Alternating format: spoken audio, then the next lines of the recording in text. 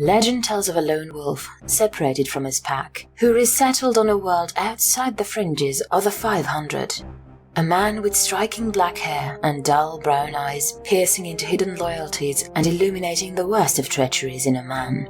Recovering from the loss of his legion, he vowed to begin anew and wash the stains of dishonor from his conscience.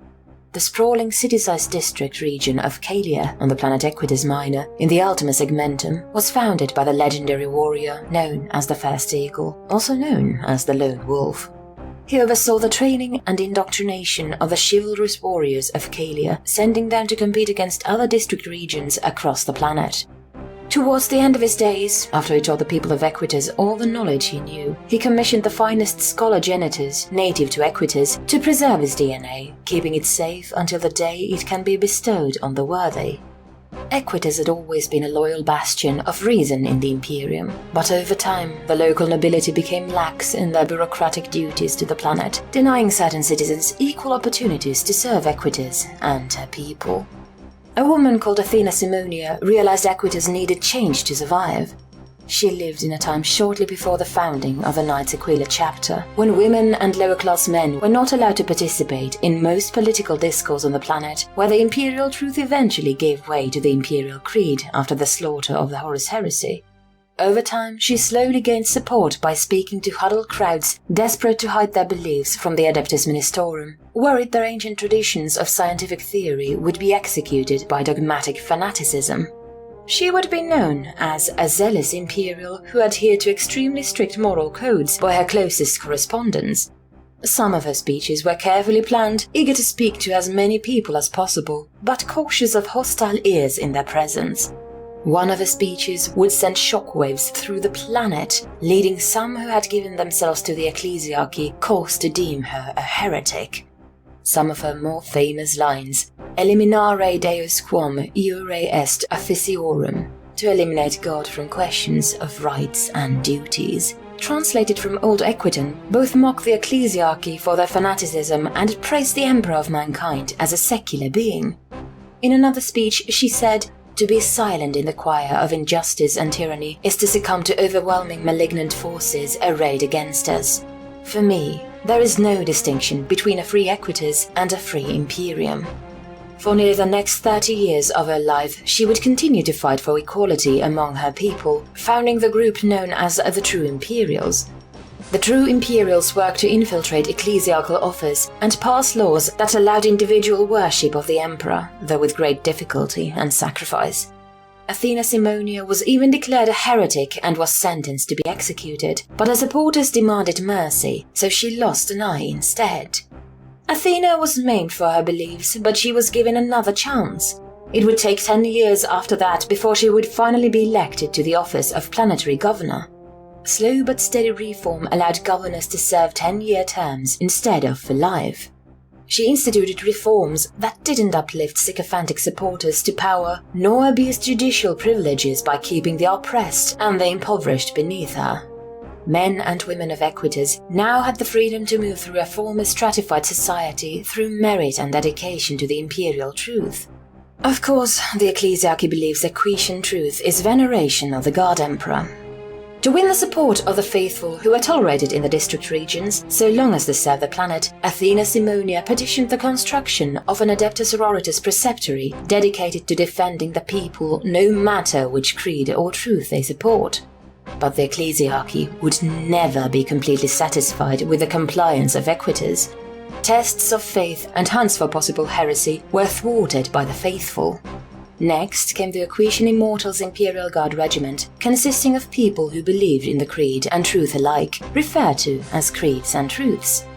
But even with the Sisters of Battle and the Imperial Guard, the High Lords of Terror decreed an Astartes presence was needed to combat the increasing threat of mysterious Eldar incursions.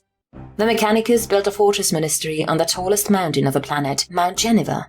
Gene seed of the Primarch of the Ultramarines, Rabuti Gilliman, was introduced into the first generations, so they are bound to suffer from the same genetic defects. Defects such as the loss of the Lyman's ear were negated thanks to the ironclad discipline and training of the Battle Brothers. Officially, the Knights Aquila became an ultramarine successor chapter established in the 23rd Sentinel founding in the 38th millennium. Only the chapter master, known as the Grand Knight Chevalier, receives the first Eagle's gene seed. For the next 2,000 years, the chapter fought crusades to the ends of the Imperium. The chapter explored the traditions of the Aquitian warrior nobility, forming the Order a cabinet of the 4 highest-ranking warriors in the chapter who advised the Grand Knight Chevalier. Below the Order are the Knight's Mentor, aged veterans of the chapter dedicated to the training of the Scout Initiates. Often mentors will choose squads of scouts to tutor in the ways of war and Imperial chivalry directly. Thunderhawks are their transportations and assault vehicle. Heavy armor is not preferred by the chapter. Rather, most talents are equipped with anti-armor weaponry to compensate. The chapter's iconic vehicles are known as Astorian Grifficore pattern Thunderhawk gunships. Each of the 10 companies are called the Paratactical Wings, with the exception of the 7th Veteran Assault Wing, the 8th and 9th Reserve Wings, and the 10th Mentor Wing. Each squad of Astartes are called Talons. Each Talon is responsible for the maintenance of their own Thunderhawk. Sternguard and Vanguard veteran Talons have the privilege of commanding their own Storm Ravens, often the first into battle and the last to leave. The first Knights meant to command Talon of the 10th Wing have their own venerated Storm Raven, while Scouts are trained in caring for smaller Storm Talons modified like the Grifficore Thunderhawk. Perhaps the strangest part of the chapter are its twin ironclad class dreadnoughts dubbed Knight Ancient Coleus and Phoenicius. The 7th Veteran Assault Wing carry the chapter's assault marines, deploying from Thunderhawks or the chapter's battle barges in low orbit, coupled with the occasional drop pod deployment. Vanguard veteran Talons typically lead the charge as opposed to the Sternguard, who primarily stay with the 1st Elite Paratactical Wing, but the command talent for the 7th Wing are known as the Equitas Marshals. Elite Terminators gifted their own Storm Raven for their prowess and experience. In the year 844 M41, Calia, Atreus, and other district regions of the planet sent young warrior apprentices to compete against one another, so the Knight's Mentor, who come down from their fortress ministry once per 3 years, may select promising recruits. Abricius Caldo of the 10th Mentor Wing personally attended the tournaments throughout the month with a tactical honor guard. Warriors aged 9 to 18 fought one another, armed with training weapons designed to deliver incapacitating shocks to the body when struck. Caldo witnessed both body and ego bruised in the following weeks, having seen battle and death himself for nearly 3.5 centuries. 2 of the contestants stood out to him. One wore a crown of golden blonde hair, the other a lighter brown like oil stains. Caldo witnessed them take down a much larger child in heavier armor. Sparks, dust and blood caked the air, and the bigger boy lay wriggling in the dirt when it all cleared. Caldo took the boys immediately, much to the nobility's surprise. The 2 were sons of a low-born official of the court, a mere bureaucrat, but Caldo saw in them the spirits of long-forgotten warriors manifest within their breasts. The boy with blonde hair introduced himself as Andreas Icares and his brother Gideon Icares.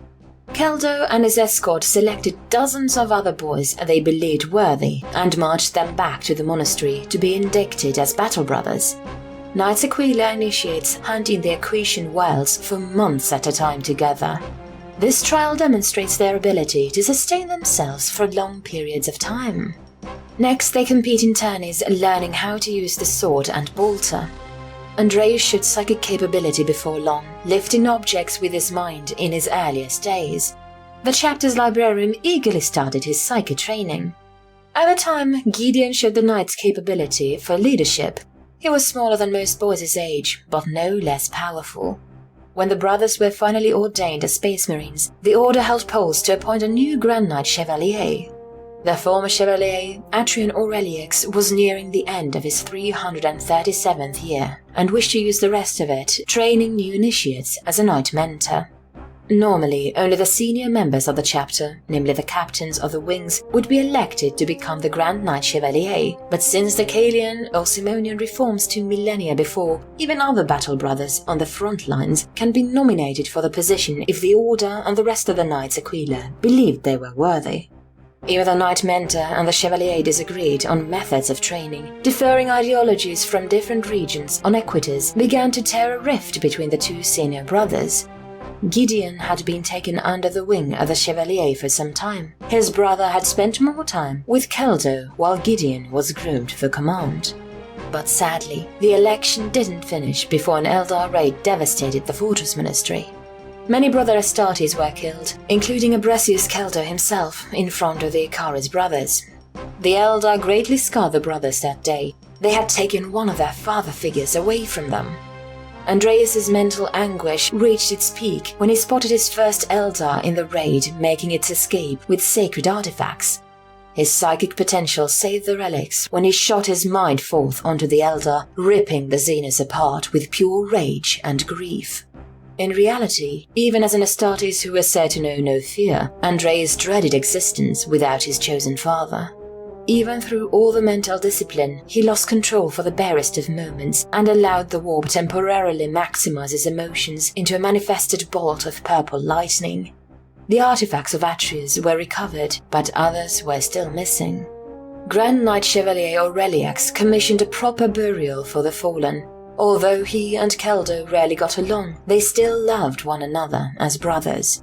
Left behind in the aftermath of the attack, one of the apothecaries found a lone sidearm, likely wielded by the Eldar Andreas annihilated, and with it an arm still attached. The arm was covered in sickly green armor, similar to a Howling Banshee's design.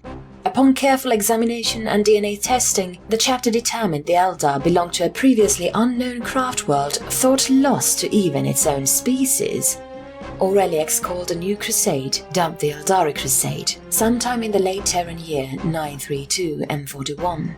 Gideon and Andreas were nearing their 90th year of life in service to the chapter. The Astartes gene seed made them little more than adolescents with the callousness and stifled wisdom of youth. Gideon made a name for himself as a valiant sergeant, leading his talent to glory in the coming conquests against the unknown craft world. Aureliax took the combined might of the chapter and ventured forth into the Ultima Segmentum. The conquest of these planets shattered the craft world's realm of control in the stellar region. The Seneca system suffered the worst of the fighting. The heavily damaged craft world limped from planet to planet in a desperate flight from the defenders of a wrathful Imperium. The unknown Eldar touched down on Seneca II to link up with the Webway base on the planet's equator, venturing forth into the poles searching for long-lost Webway gates in a mysterious hunt for their lost heritage. To this day, Imperial remembrances cannot speculate why these Eldar ventured from planet to planet, risking their craft world so deep in enemy territory, but the risk to them must have been worth the reward. Fate was fickle with the Xenos. The Knights Aquila 1st, 3rd and 6th companies entered the atmosphere in an immediate strike run for the sedentary Eldar base on Seneca II. The response didn't come quickly enough and the Eldar were overwhelmed with vengeful Astartes. Grand Knight Chevalier Aureliax led the charge himself, a shining avatar of blood and ruin. Aureliax met his end while engaged with the enemy. His dying breath nominated Andreas acting Chevalier until the Order could hold a new election with all the wings present. Andreas led the charge that finished the battle in a decisive victory for the chapter. The Knights Aquila sought glory only in efficient tactical maneuverability and swift victory. Andreas, both the acting Grand Knight Chevalier and the chief librarian known as Knight Exorcist, suggested a daring plan to strike at the heart of the craft world itself, while it was next to the Senecan sun. A strange signal emanated from the craft world. The chapter believed it came from the venerated sword of the First Eagle, a master-crafted power blade thousands of years old with the power to strengthen the wielder's resolve in the face of combat. The sword is named Lagrimus de Lupercala, the teardrop of the Great Wolf, translated from Old Aquitian. Andreas proposed to lead a strike team to board the enemy vessel and cripple it. Designs transmitted from Equites derived from ancient images of craft worlds in the days of the Great Crusade gave them a layout of their battlefield. Andreas, Coelius, and most of the vanguards led an assault on the main fortress at the bow, darting from place to place using their speed and ferocity to keep the enemy off balance. while the fleet engages their ship-to-ship assets in space, Phoenicians, the Marshals, and the remaining vanguards raided chambers along the stern where their relics were likely located. It was this battle of the Seneca craftworld that Andreas became famous for roaring the lines, "Good luck finding your teeth, you bloody knife-ears," while unleashing the psychic wrath on any Eldar he could find. Many battle brothers were lost. The Knight Ancients were badly damaged, but as soon as the Knights of the chapter entered the chambers, they found nothing but hollow tombs and dust-ridden altars. The battle was over almost as soon as it started, and the chapter left with only the blood-stained ire of the Eldar on their hands. Andreas scolded himself for throwing away the lives of his men for nothing, but Gideon and the Order reassured him of his work of the Emperor. They would try again. The relics were still at large, but Abrasius Caldo was avenged with the deaths of 1,000 Eldar. When the chapter retreated to the edge of the system, they fortified their positions and finally held the election of a new Grand Knight Chevalier at Andreas's behest. The Order requested the Knight's mentor to bestow upon him a new title, the Reclaimer. Thus would the campaign be renamed the Reclamation Crusade forever afterwards. Andreas accepted the title graciously, but decided it was impossible for him to fulfill his duties both as a Knight Exorcist and the Grand Knight Chevalier, so it was time for another to take his place. The Order drew up 4 names for the entire chapter to decide. Daniel Grimbold, champion of the chapter, known as the Knight Exemplar. Armitage Daxon, standard bearer for the First Wing, known as the Knight Drapier. Landry Zeltair, veteran sergeant of the First Wing, known as the Knight Errant, and Cadrian Mamillo, vanguard veteran lieutenant of the 7th Wing. It was a narrow vote, but Gideon Icaris eventually won out. Some cheered, others grumbled, but all swore fealty to their new Grand Knight Chevalier and pledged to serve him until death. Rather than keep his challengers for the election in their original positions as past Chevaliers have done, Gideon proposed to create a new command talon with some of those men attending. His former rivals accepted his offer and became his closest friends and advisors. Mamillo politely declined and rededicated himself to leading the 7th. Gideon's command talon would be considered unconventional compared to the other chapters, but he valued the men under his command all the same. The chapter's highest-ranking apothecary, Calgon Benedictio, synonymously titled the Knight Apothecarius, joined the command talon, along with the chaplain of the First Wing, Mikhail Castanova, born in the Polar District region of Alaris in Equitus' south, known as the Knight Priorum, joined as well.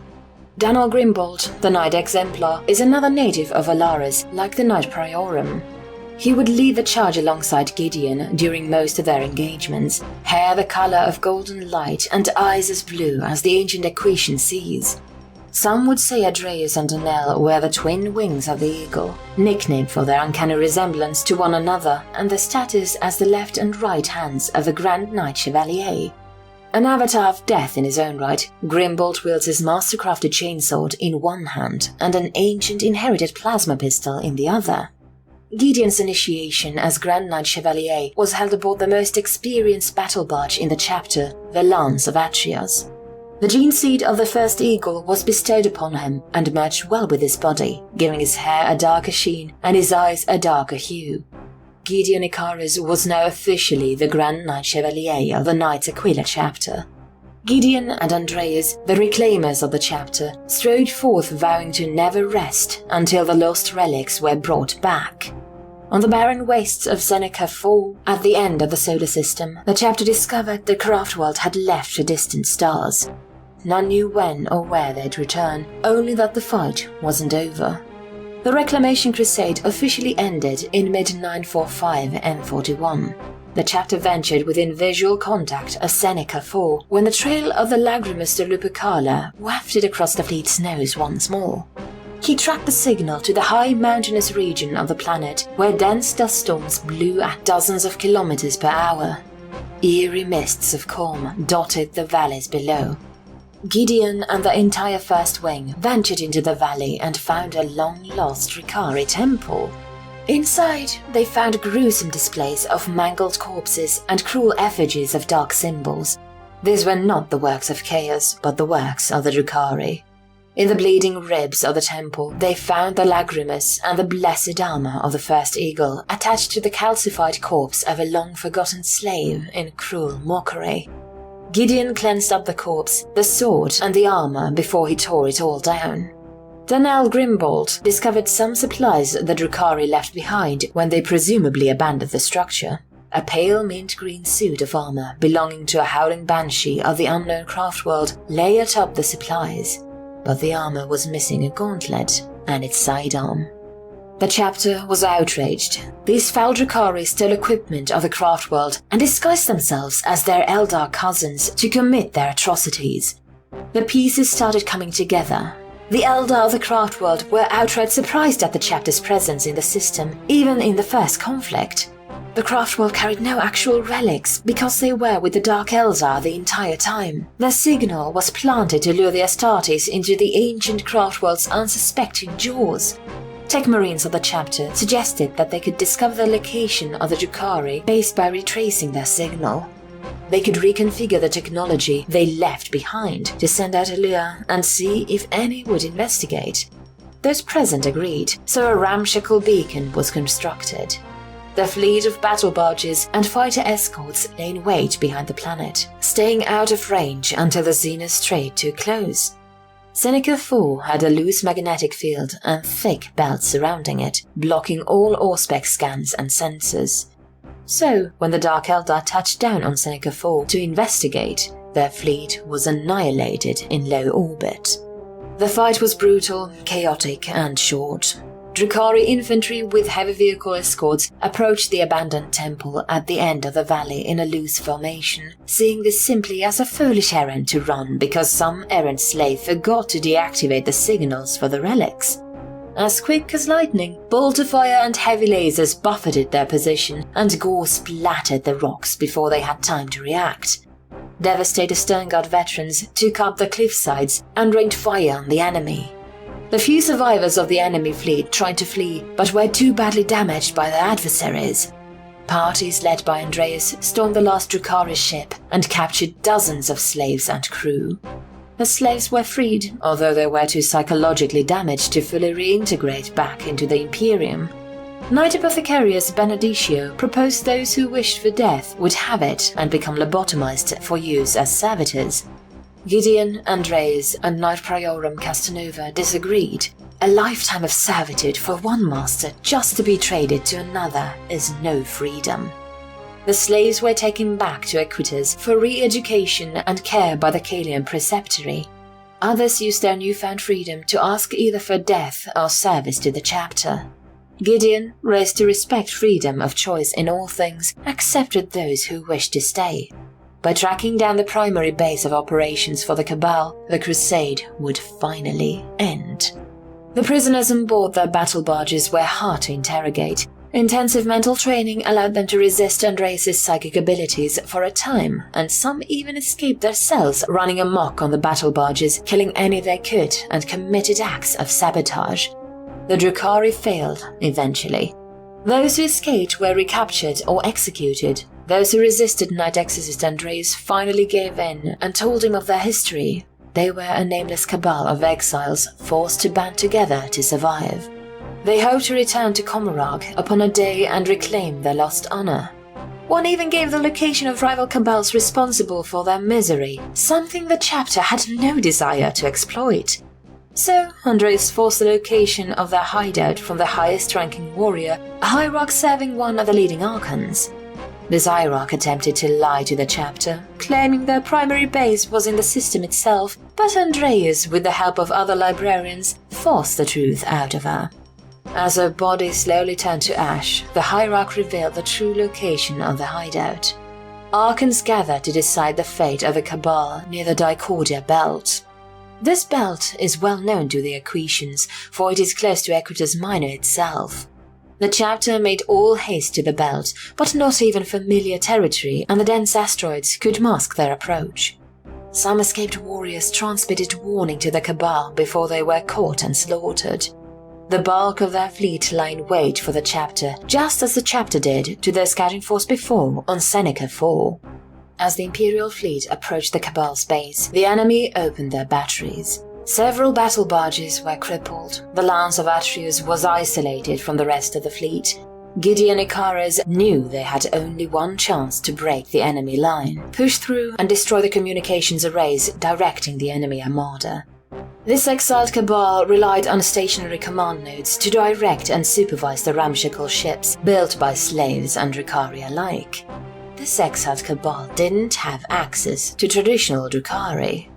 The Lance of Atreus weaved through the belt, dodging strikecraft and asteroids alike, until they were close enough to drop the entire first and second wings onto the base.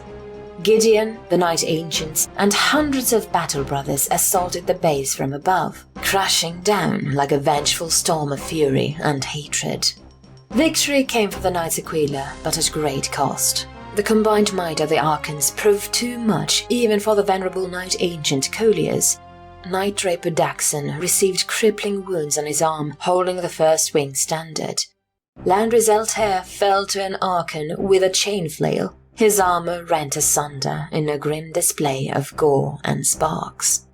The Lance of Atreus eventually regrouped with the fleet, keeping the Drukhari occupied until the surviving Knights Aquila detonated the communications array one by one. The cohesion of the enemy unraveled soon after. The Knights Aquila stood triumphant over the broken bodies of the Xenas. Daxon was admitted to the Apothecarius and received medical treatment. The return to Equites would be no period of respite, however, as dreaded news would deliver a grievous blow to the chapter spirit.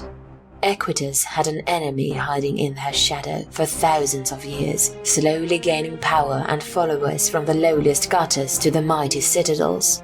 This enemy would appeal to a higher calling, spreading their misguided belief in the most treacherous of heresies throughout the planet. Cultists of the Devourer began dismantling the planetary defenses. They infiltrated the local planetary defense force commands and gave false deployment orders to disorganize them. The Equitian immortals were scattered from the capital district of Calia, leaving it virtually defenseless as the cultists amassed. Commanding officers were assassinated, orbital defense platforms were disabled or hijacked entirely, and Imperial assets were too disorganized to retaliate. Luckily, a loyal servant of the Imperium informed the Calian Preceptory. Led by Hera Simonia, many great-granddaughter of Athena, the unnamed hero of Equites sent a message to the Knights Aquila before communications were disabled. The current planetary governor was in his office that day, circa 989 and 41, when a cultist assassin managed to clear his way through the administrative palace and point his weapon at his intended target. Just before the weapon fired, Hera Simonia disarmed the assailant and broke his neck in her full power armor. She informed the governor of the approaching threat. Help was on the way. The Knights Aquila reached high orbit when the attack occurred. Thousands of corrupted cultists stormed the streets, raping and slaughtering. Just as the fleet reached low orbit, most of the district regions had already fallen. Equites' noble defenders were either too far away to help or were trapped on all sides. Gideon sent the lance and the chivalry of Calia with others to evacuate as many people as possible if they cannot halt the incursion. Other barges, like the newly rechristened Venerable Colliers, traveled to other district regions with the hopes of finding survivors, but in the famed Aquilonia precinct, Thunderhawks of the 1st and 9th Wings set down to evacuate as many survivors as possible. Civilians by the hundreds board the Thunderhawks. But for every 20 civilians rescued, a chapter brother is lost in the field. Veteran Lieutenant Mermillo would fall defending a family of 6, trying to board his Thunderhawk.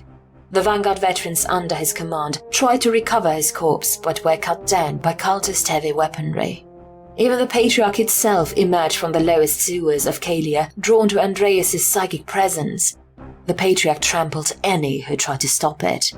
Calian Battle Sisters, Equitian Immortals, Knights Aquila, and even the first Equitian Marshals Terminator Talon were decimated. Gideon and his command Talon valiantly led the charge against the Patriarch and his Magus. The Magus let loose a powerful psychic wave meant to cripple the Knights, but Andreas withstood the blow, protecting his brothers. He defied the Magus and took it head-on while the Patriarch was surrounded by the rest. Like their lupine ancestors, they coordinated their assault. Bolt of fire, plasma fire, power blades, chainswords and thunderhawk cannons laid the monster low. The Patriarch lay dead in a smoking heap, but the cultists didn't even slow their advance. The crescent formation was buckling, but a lone company of immortals believed they could exploit a weakness in the enemy line. As soon as they charged the enemy, they broke the formation. The cultists broke through and nearly annihilated the company to a man. Heavy laser cannons and autoguns cut the vulnerable civilians down in swathes of gore. The Knights Aquila were forced to redeploy, taking even more fire and more losses by the minute. Gideon's Talon dashed across the precinct to reinforce the crumbling line, carving through the cultists like splashing through pools of crimson. Some of the immortals were saved, brought back to the line on the backs of the Astartes, but most were lost to the alien tide. Gideon cleaved a cultist's shoulders from his torso and turned to the surviving brothers, shouting words of encouragement when he spotted a lone guardsman surrounded by bloodthirsty cultists. He dove into the fray and slashed at anything that rejected humanity. Just as he turned to bring the immortal back to the Thunderhawks, a las cannon brought its sights upon the Grand Knight Chevalier. The laser pierced through Gideon's secondary heart first, before incinerating the upper body of the immortal. Gideon noticed the fatal wounds of the guardsmen before he noticed them on himself. He failed to save a life under his protection, not to mention his own. But just as he looked up to the Aquitian sky for the last time, explosions dotted the atmosphere and pale green forms flashed through the once clear clouds. Eldar spacecraft broke through the orbital defenses and touched landfall to help the people escape. Despite suffering grievous loss at the hands of the chapter, they were contacted by Andreas, who asked them for help. He explained everything that happened with the Drukhari, but they had already discovered what had happened on their own. They would never forgive the chapter for their actions, nor would they forget, but they would not stand by while innocent civilians were caught in the horrors of the slaughter. When Andreas and the rest of the chapter witnessed their chaptermaster fall, they roared in anguish and fought harder than ever before. Daniel Grimbold himself, with Mekai Castanova, retrieved the body of Gideon and hastily brought him on board. They had evacuated all they could and were forced to retreat from their home. Equitas had fallen. The entire planet had been conquered by the Gene-Stealer cults in the span of a few days. They now call for the Great Devourer to come fulfill their destiny. Gideon was dead. The chapter's apothecaries couldn't save him, but they extracted his gene seed. Daniel Grimbold suggested they hold another election for the new Chevalier, but Andreas refused. He loved his Astartes brothers, but Gideon was his blood. Andreas would not idly sit by while his brother's memory quickly faded. Andreas instead proposed a dangerous plan. Steal cloning technology from the nearest Imperial planet outside Equitas and resurrect Gideon from his gene seed. Daniel called him a madman, said his personal feelings for Gideon were getting in the way of his duties as Knight Exorcist. Andreas said Gideon was the finest Chevalier the chapter ever had, hand-picked by Aureliax himself, even after he chose Andreas as acting Chevalier. Andreas believed he was offered the position to pave the way for Gideon's ascension. Eventually, Daniel agreed, begrudgingly following the chapter on its quest of theft and nigh heretical resurrection. The chapter traveled deep into the Ultima Segmentum, scouting out possible cloning facilities in a nearby asteroid system. Andreas approached the station and requested to come aboard. After the chapter was denied access several times, Andreas finally convinced the Mechanicus to let them use their station to restore the life of their wounded Chevalier. The Knights Aquila came aboard and took the staff and menials hostage while they commandeered the cloning vats. An uproar from the Mechanicus largely went ignored as the real work was done. The Knights Aquila believed they were doing the right thing by forcing their hand. The cloning vats worked for hours, expedited through modification and no small amount of faith. What stepped out from the vat would be unlike anything the Knights expected. A lean, strong figure with moons of jade and emerald for eyes and high gaunt cheekbones, carrying a grim jaw emanating near tyrannical strength, stepped forth from the vat, all without a single follicle of hair atop his head. The new Gideon was met by the shocked faces of his brothers, yet he was reborn without any memory of what had happened. Andreas informed him of his history, his bond to his brothers, and his untimely demise. This new Gideon mostly understood a deep hatred burned within him at the thought of losing his home to Xenos and heretics. After he was bestowed his suit of the First Eagle's armor, he ordered the chapter to slaughter the inhabitants on board the station. His subordinates were mortified. Donnell asked him why they should shoot down fellow Imperials. Gideon replied, "These false Imperials worship disdainful superstitions and deny the Imperial truth. Execute them all." Reluctantly, they opened fire. Gideon was right. The Imperial truth called for the complete destruction of all religious belief. When the chapter returned, they found the Inquisition had locked the Equation refugees down. Inquisitors like Inquisitor-investigator Lucima Vindet and sent to survey the surviving Equations discovered the works of Athena Simonia, executing many who held her texts and teachings to heart. Athena's work was declared heresy, and the Inquisition blamed the Knights Aquila for fostering it alongside imperial scripture. Gideon and the Command Talon were given marks of shame, sent with the chapter on a quest for atonement, hoping to reclaim Equitas. Gideon groaned at this Inquisition he had never encountered before, suggesting the chapter eliminate them before they report back to their superiors. The suggestion was just as shocking as his massacre on the asteroid. Gideon devised a plan to lure the Inquisitors to certain parts of the planet the refugees inhabited and kill them. His Command Talon discussed it amongst themselves and were forced to agree. If the Inquisition carried out the decision for atonement, then the chapter would lose its independence and become under the Inquisition's command. Gideon believed the Inquisition would send the chapter into a folly campaign to take back Equitas. Little did they know, an inquisitorial service call recorded their conversation in the deck of the Lance of Atreus and brought it back to its superiors. When the chapter's treason was discovered, an all-out brawl between the Command Talon and stormtrooper platoons erupted in the refugee camps. The last remnants of the Imperial truth stand off against the followers of the Imperial creed. Both sides suffered. Many innocents died in the crossfire, but most of all, the refugee camp was devastated. In the thick of the fighting, Gideon was locked in vicious hand-to-hand combat with Lucima Vindet. Her sword skills nearly matched his, but eventually she was outpaced. As Gideon's blade pressed to her throat, he was stunned by a battle brother. Daniel Grimbolt, flanked by Mackay and Armitage, apprehended their Grand Knight Chevalier to stop the bloodshed. The Knight Exemplar reported the heinous acts of his chaptermaster and requested aid. Inquisitor Vindet, along with her surviving staff, were safely escorted off-planet to deliver an excommunicate traitoris order on the ones who started the slaughter. Now the chapter must flee before the Imperial forces are made aware of their traitor status and converged on their position. Gideon took the chapter back to the exiled Cabal hideout, hoping to claim a defensible position.